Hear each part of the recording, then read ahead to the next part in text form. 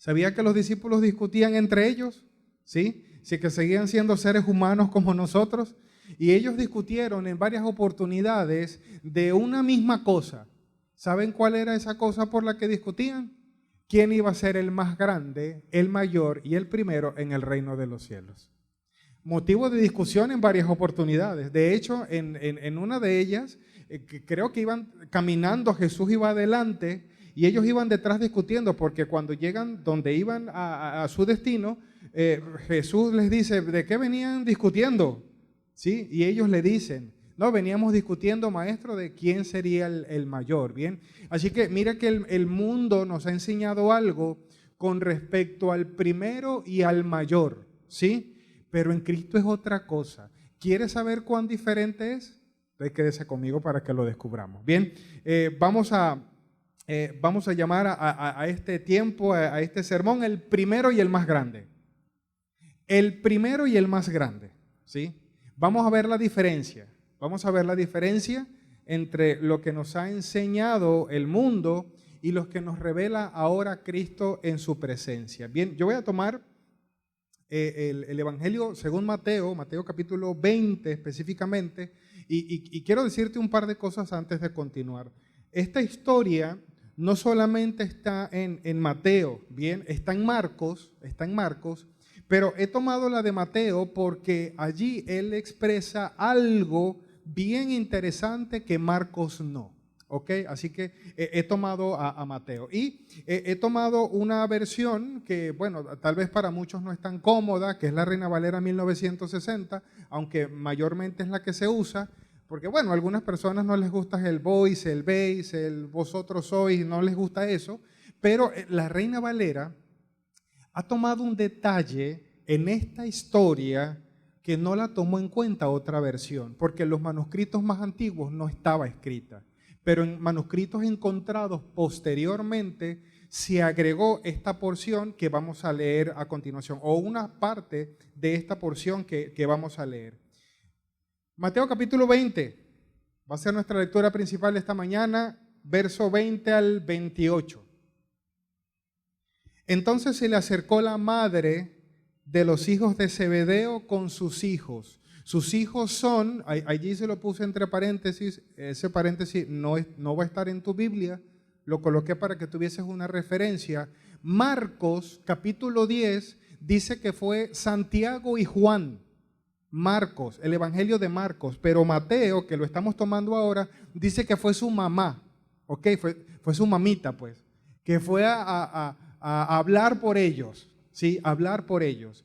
Pero lo que sí, en lo que concuerdan los dos evangelios era que estaban los tres, ¿sí? Estaban los tres.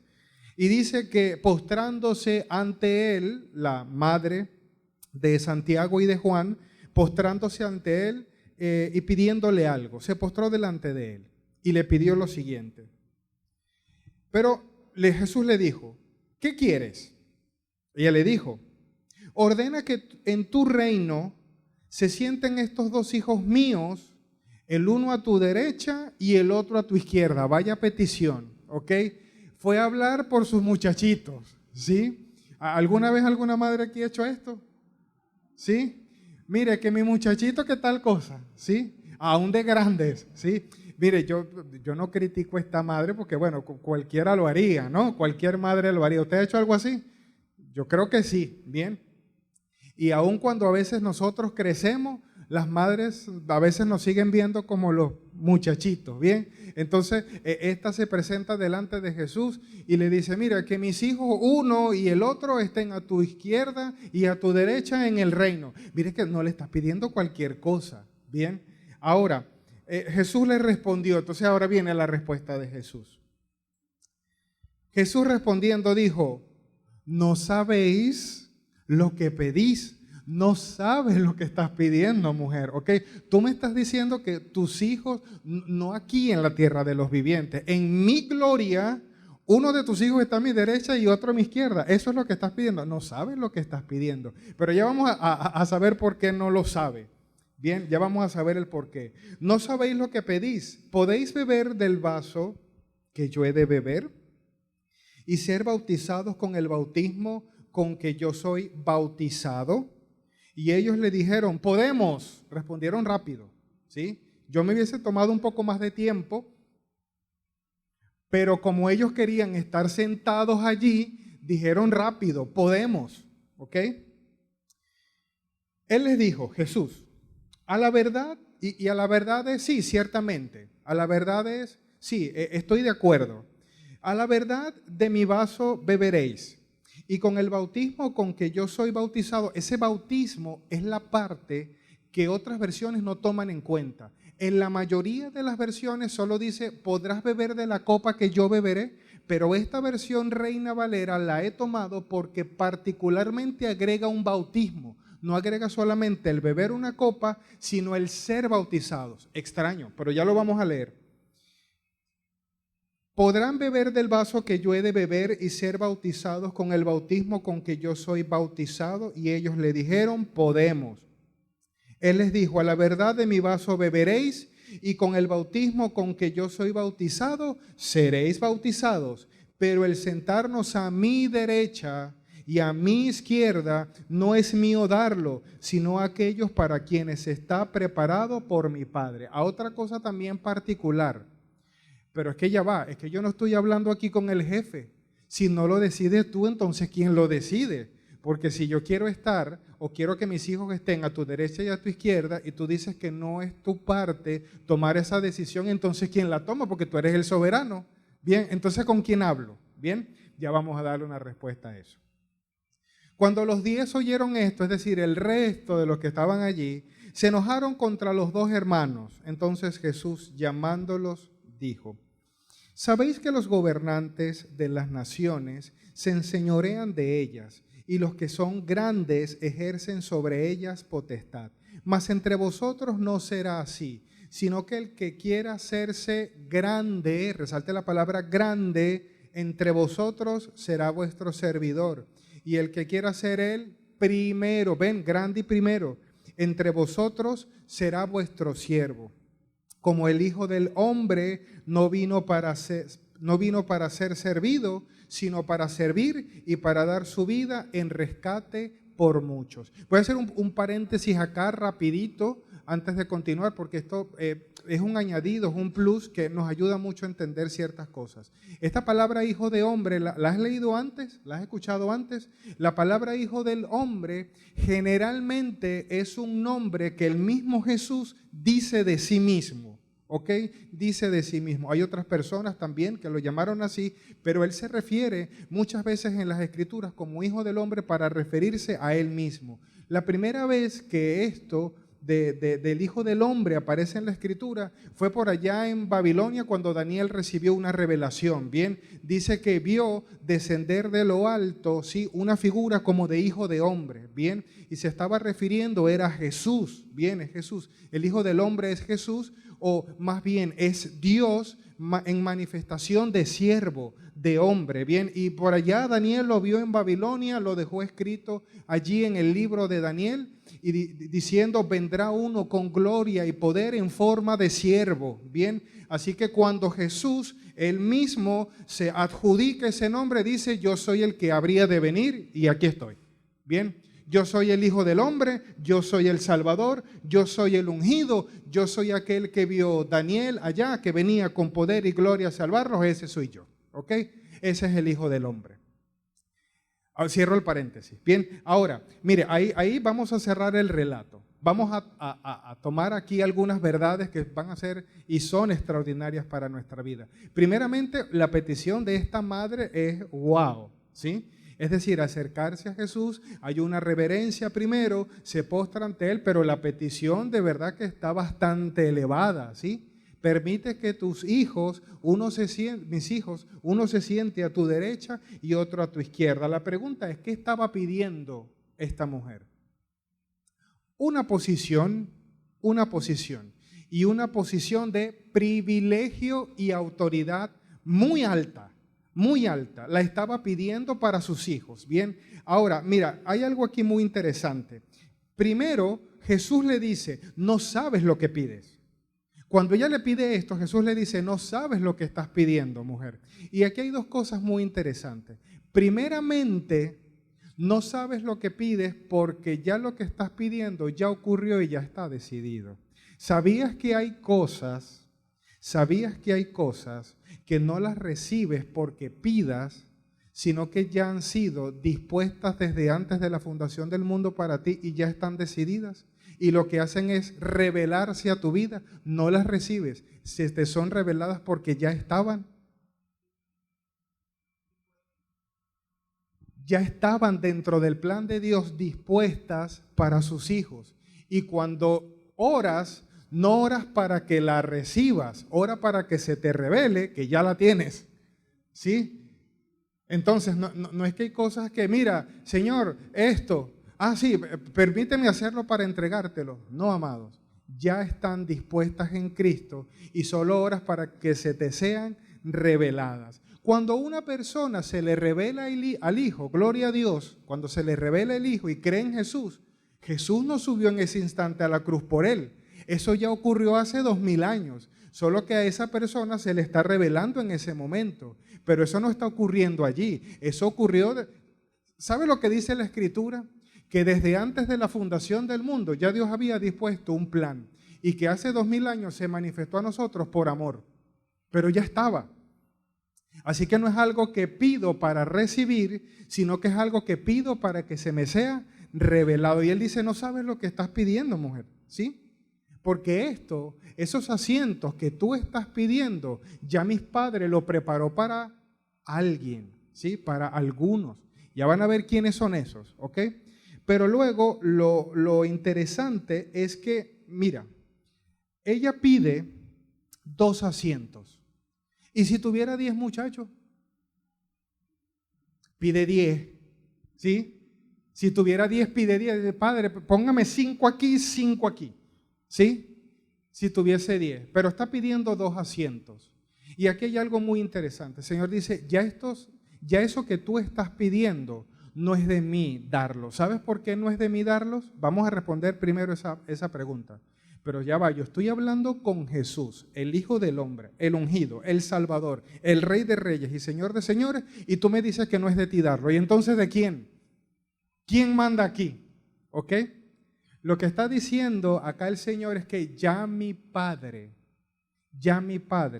ha establecido quién se va a sentar ahí antes de la fundación del mundo. Así que no es que lo voy a decidir ahora, es que ya lo decidí.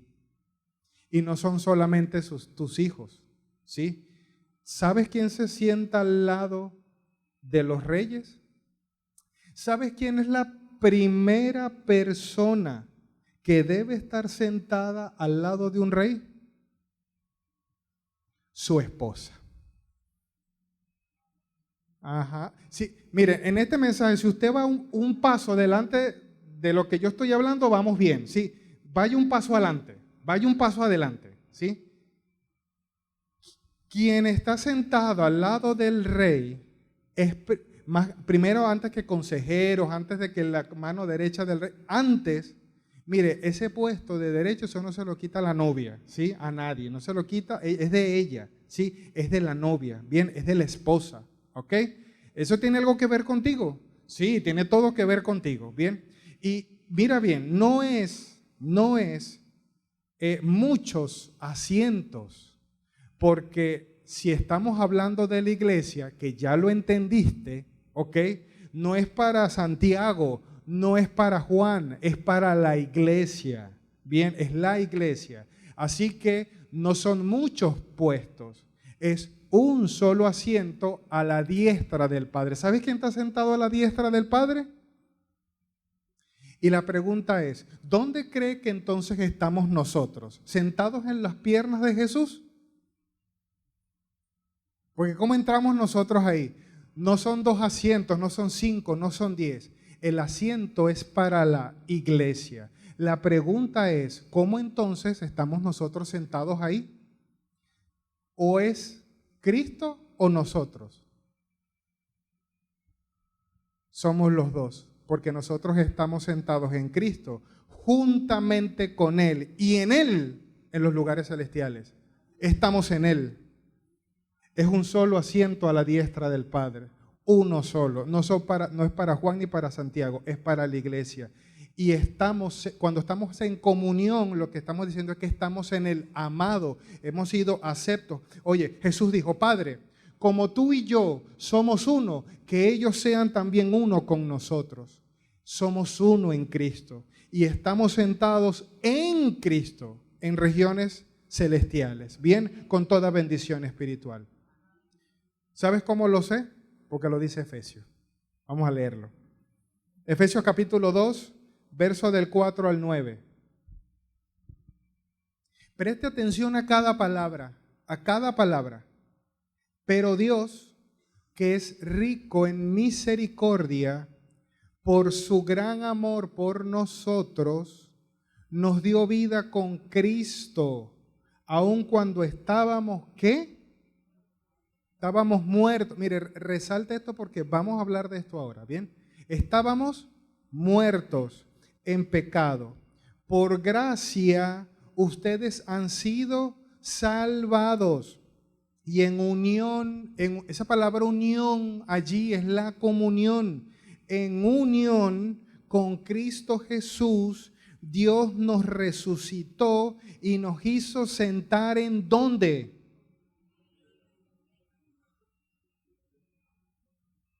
Nos hizo sentar, mire, uno a veces dice regiones celestiales, es lo que suena más lindo, pero no, lo que es más lindo y poderoso es lo que está antes. ¿Sentados en dónde? ¿Estamos sentados en Él? En Él. Estamos en las regiones celestiales, pero estamos en Él. Eso es lo importante, estamos en Él. Las regiones celestiales, mire, eso es el añadido, pero es que estamos en Él. Bien, no importa dónde estemos sentados, pero es en Él que estamos. Y dice que para mostrar, ¿qué quiso mostrar Dios con esto? Porque es que mire, cuando usted mira esto, usted dice, pero ¿cómo es posible que yo haya estado muerto? Él se entregó para darme vida por gracia y ahora no solo me salvó, no solamente me ha trasladado de muerte a vida, sino que estoy sentado con Él en su trono, juntamente con Él y en Él. Y usted dice, pero ¿y cómo esto es posible? El Señor lo hizo con un propósito: manifestar mi gracia excelsa, sobrenatural, poderosa, inigualable, infinita sobre ustedes. Bien, es para manifestación de mi gracia. Mira, ¿esto lo hizo para qué? En el verso 7 está la respuesta. Para mostrar, dice, voy a mostraré en los tiempos venideros la incomparable riqueza de su gracia por su bondad que derramó sobre nosotros en Cristo Jesús. Porque por gracia ustedes han sido salvados, ¿mediante qué? Mediante la fe. Esto no procede de ustedes, sino que es un regalo, es un don de Dios, no por obras para que nadie se jacte. ¿Lo ves? De muerte a vida, en Cristo Jesús, sentado con Él en regiones celestiales y con toda bendición espiritual. Así ocurrió. ¿Para qué? Porque yo les manifestaré mi incomparable gracia. Le quiero decir esto porque es importante. Muchas veces cometemos el error de llevar al adversario, a ese sinvergüenza, a la corte celestial donde fue echado, porque allí en la corte celestial es donde él iba con el acta que era contraria a ti, donde estaban todas tus faltas, a acusarte de día y de noche. Eso es lo que dice Apocalipsis. Bien. Alguien que te acusaba de día y de noche, no descansaba en acusarte. Iba a la corte celestial a decir, mira lo que hizo tu fulanito, tu hijo muy amado, mira lo que hizo. Bien. Pero ¿sabes qué dice Apocalipsis? Que él fue derrotado por la sangre del Cordero. Bien, fue echado de allí y todos los enemigos fueron puestos al estrado de los pies del Señor. A veces cometemos el error de tomar al adversario. Sé que muchos no lo ponen por encima, pero no lo puedes poner al nivel porque él no está sentado allí. No tiene lugar allí. Entonces muchas veces cuando lo colocamos en la misma posición, queremos estar negociando con el adversario. Bien, no, amados, está para ser reprendido por el poder de Jesús. Bien, está para ser reprendido, está por debajo, ¿sí? No está por encima. Les he dicho esto antes. En ocasiones tenemos que dejar de batallar y empezar a ejercer la autoridad como aquel que está sentado en Cristo Jesús en regiones celestiales, porque Él está por debajo.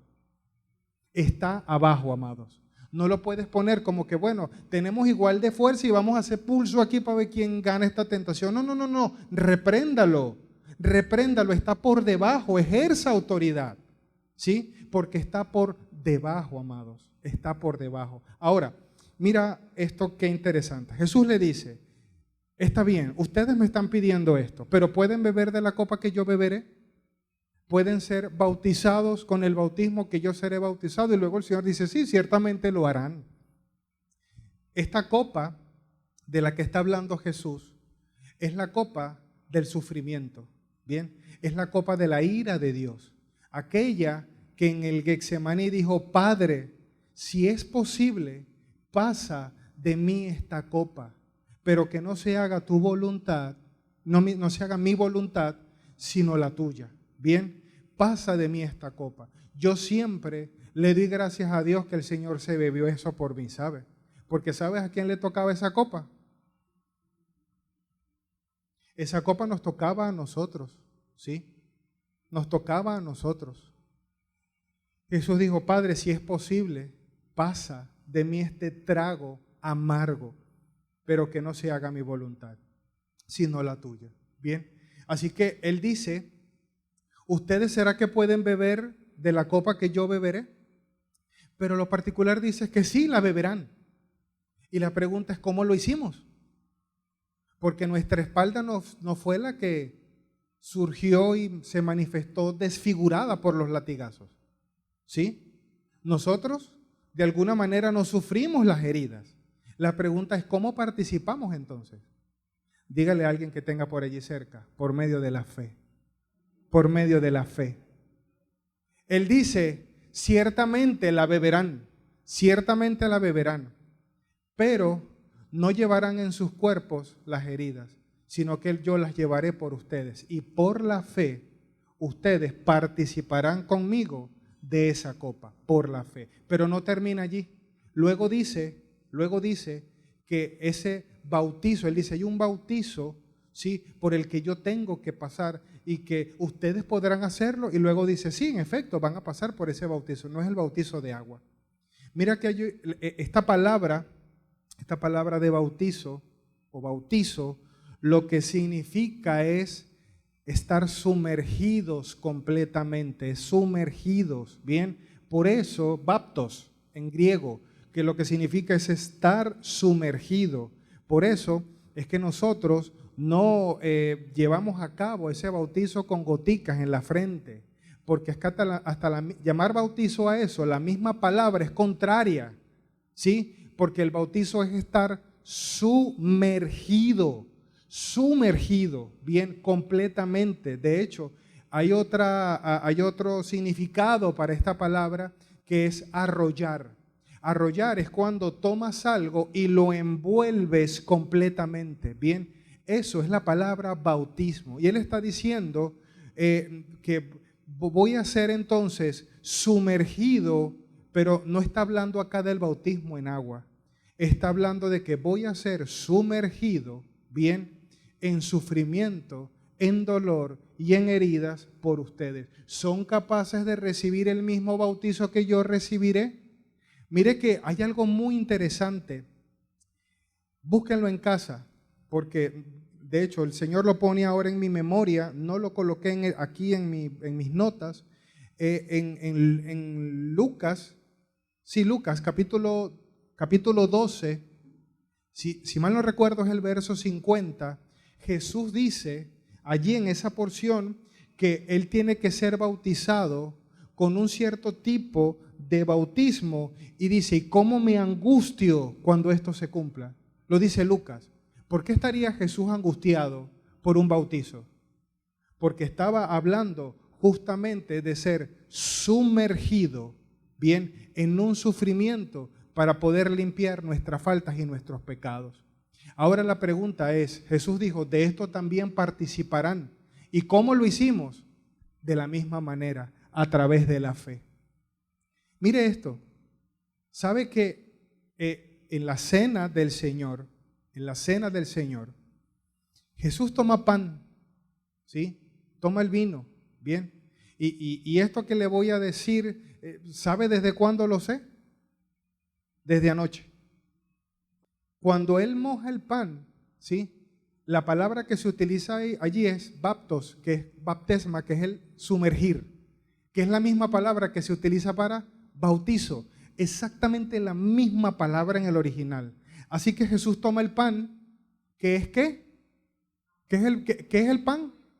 Ok, ¿lo sumerge en dónde? En el vino que representa la sangre. Y ahí entonces Él manifiesta el bautizo, bien, que va a ocurrir en los próximos instantes. Luego que lo sumerge, se lo pasa a Judas y le dice, lo que tengas que hacer, hazlo rápido. Se lo pasó a él, que lo iba a entregar. Se lo pasó a él. Lo moja, lo sumerge, lo bautiza en el sufrimiento y dice, mi cuerpo va a pasar por esta situación. Y el que tiene el pan, ¿te imaginas a Judas con el pan así mojado en la mano, en la mesa? No me corresponde a mí eso, a mí decidirlo, ¿verdad? Entonces, usted se bautiza, ¿verdad? ¿Y qué es lo que ocurre? Se sumerge. Se sumerge. Cuando me dice, no, pastor, es que yo tengo un problema en la cervical, ¿usted me puede meter un poquitico? No, que no te puedo bautizar así. No te puedo. ¿Cuál es la diferencia en meterte hasta la mitad que echarte un cc de agua en la frente? Hacerte chispita, ¿sí? No, o sea, tienes que estar sumergido, bien, no, tienes que hundirte completo. Y sabes que esto también es maravilloso y de esto también me enteré hace mucho tiempo, ¿sabe? Anoche me enteré de esto también que le voy a decir. No le voy a decir cómo me llegó esta revelación y qué estaba haciendo, pero mire lo que ocurre. Fui consciente de que cuando una persona baja las aguas, hay unos segundos en donde te pierdo de vista, donde estás sumergido completamente y no puedo verte. No puedo verte en ese momento. Son unos segundos en donde estás completamente sumergido. Bien, hay unos que, como les digo, los dejo un poquito más, pero llega un momento en donde no te ves, no te ve nadie, ¿sí? Estoy allí con otro pastor y hay un momento en donde te pierdo de vista. Pero, a los segundos, si vas un paso adelante de mí en tu mente, vamos bien, ¿ok? Pero pasan unos instantes y ya sales y emerges de las aguas. ¿Bien? ¿Sabes qué significa eso? Muerte y resurrección. Así que hemos tenido comunión y hemos participado de la copa, tanto en muerte y sufrimiento como en salvación. Porque lo que acabamos de leer en Efesios es que ya estábamos muertos. Ya estábamos muertos. Lo que implica que no solamente Jesús murió por nosotros, sino con nosotros. Suena raro, ¿verdad? Pero es que ya estabas muerto. ¿Sí? ¿Cristo tomó mi lugar? Sí, pero es que ya estabas muerto. Bien, ya estábamos condenados, muertos en nuestros delitos y pecados. Mira esto qué bello. Jesús toma, ¿sí? Y muere contigo. Y luego que muere contigo, ¿sí? Y Él resucita, tú resucitas juntamente con Cristo.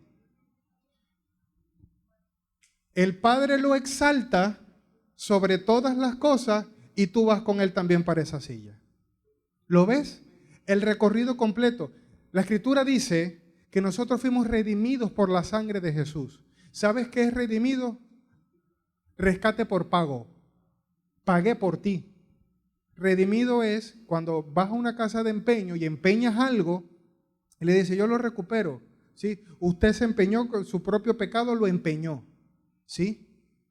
Y Cristo fue y pagó el precio y dijo, ahora es mío, ahora son míos. Bien, yo los compré con sangre. Pero ¿sabes qué interesante?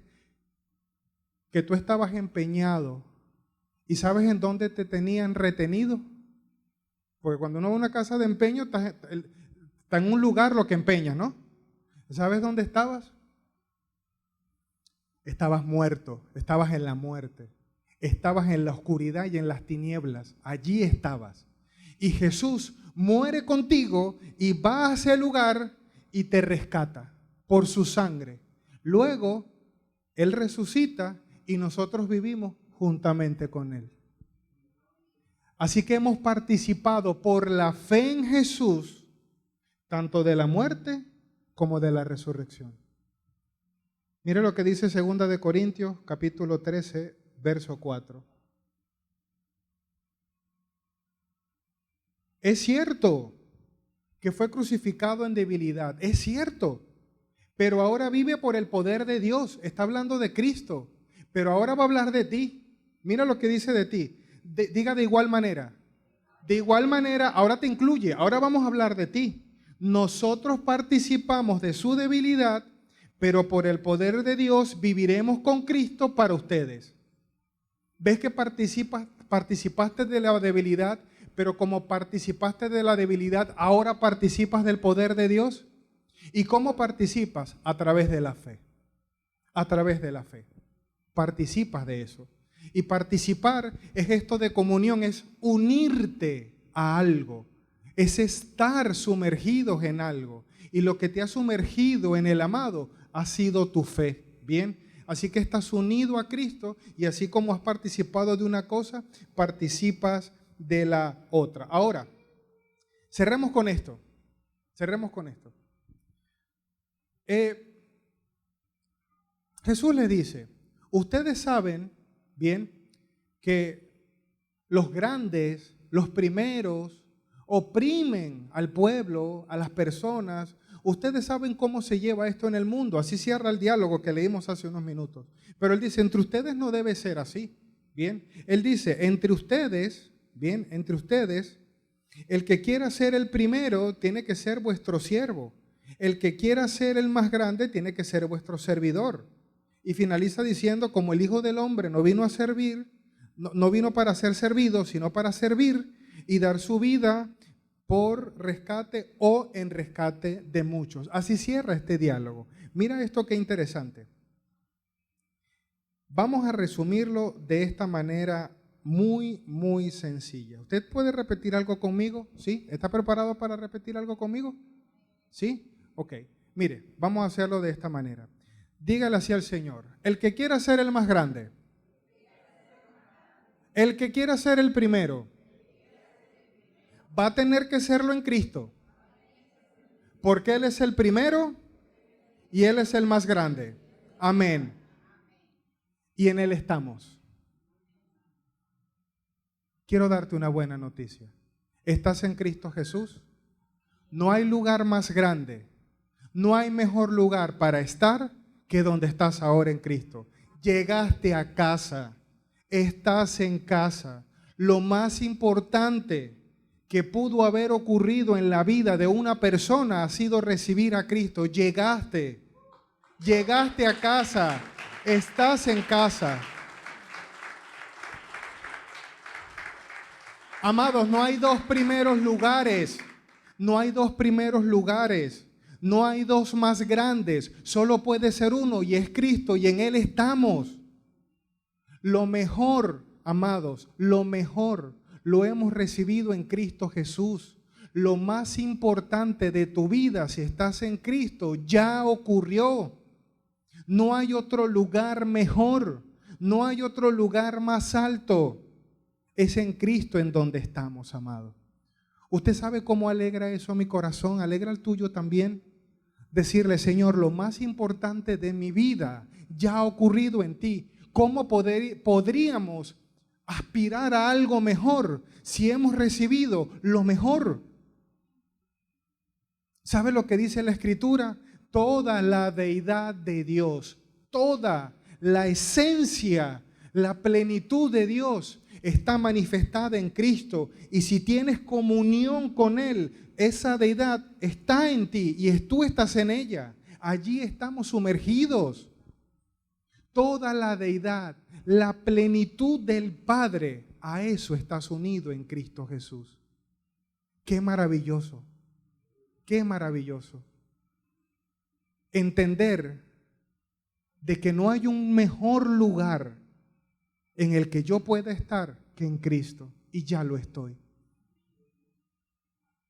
Le decía a un pueblo que estaba en cautiverio como estábamos nosotros, la tierra que le prometí a Abraham, a Isaac y Jacob, yo se las entregaré. Hemos hablado de eso. ¿Y sabías que eso ya ha ocurrido en nuestras vidas?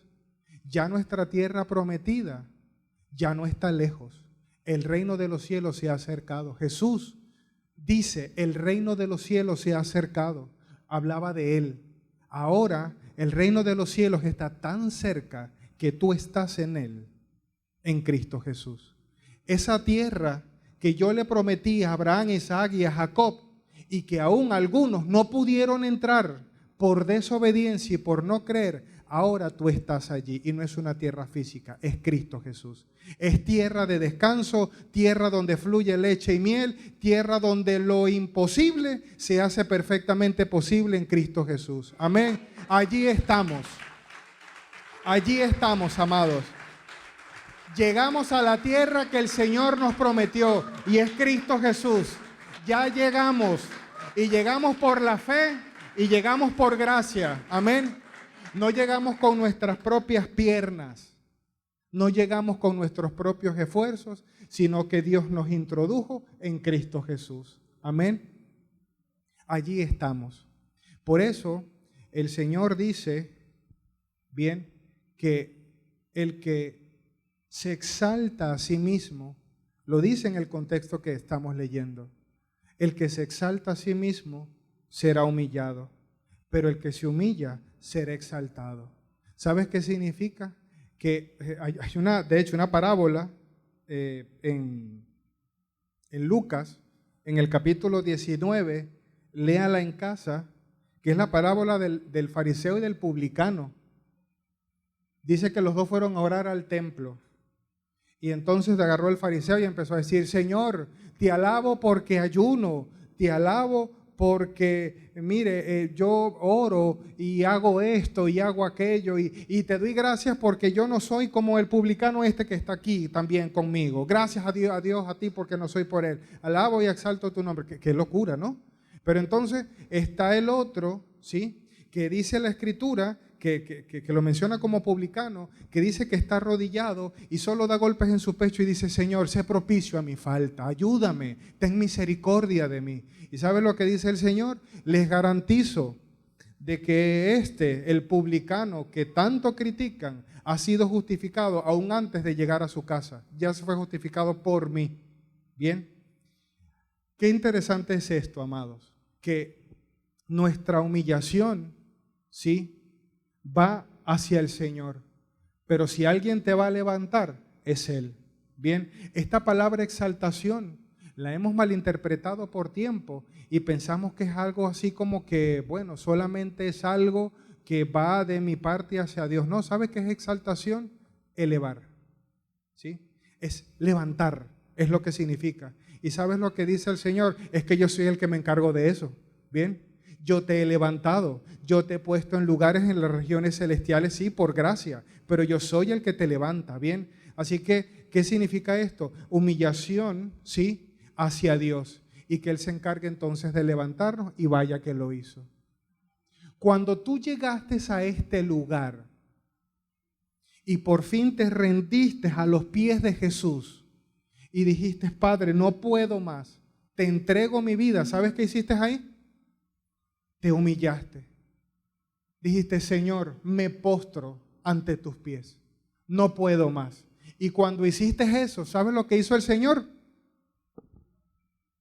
Te exaltó, te levantó y te elevó. Y te dio vida y te dio vida eterna y te sentó en Él, en las regiones celestiales. ¿Ya ves de dónde viene esa parte de la Escritura? De la exaltación, del que se humilla será exaltado por mí. Y eso es lo que ha ocurrido en nuestras vidas, amados. Qué montón de buenas noticias, ¿verdad? Qué montón de buenas noticias.